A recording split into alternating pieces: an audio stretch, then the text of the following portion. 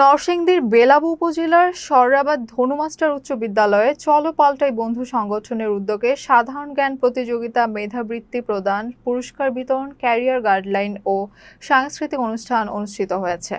শনিবার দিনব্যাপী আয়োজিত অনুষ্ঠানে বিভিন্ন শিক্ষা প্রতিষ্ঠানের শিক্ষার্থী, শিক্ষক, অভিভাবক ও গণ্যমান্য ব্যক্তিরা অংশ নেন। সিপিবিএস সভাপতি মোহাম্মদ দেলোয়ার হোসেনের সভাপতিত্বে প্রধান অতিথি ছিলেন বেলাব উপজেলা পরিষদের সাবেক চেয়ারম্যান, উপজেলা বিএনপির আহ্বায়ক মোহাম্মদ আহসান হাবিব। উদ্বোধক হিসেবে উপস্থিত ছিলেন উপজেলা সহকারী কমিশনার মোহাম্মদ আজিজ সরতাজ জায়েদ। অনুষ্ঠানে সাধারণ জ্ঞান প্রতিযোগিতায় কৃতিত্বপূর্ণ ফল অর্জনকারী শিক্ষার্থীদের মাঝে বৃত্তি ও পুরস্কার বিতরণ করা হয়। পাশাপাশি উচ্চশিক্ষা, দক্ষতা উন্নয়ন ও কর্মজীবন পরিকল্পনা বিষয়ে ক্যারিয়ার গাইডলাইন সেশন অনুষ্ঠিত হয়। বক্তারা শিক্ষার্থীদের মেধা বিকাশ ও নৈতিক মূল্যবোধ গঠনে এ ধরনের আয়োজনের গুরুত্ব তুলে ধরেন। পরে মনোজ্ঞ সাংস্কৃতিক অনুষ্ঠানের মধ্য দিয়ে দিনব্যাপী আয়োজনের সমাপ্তি ঘটে।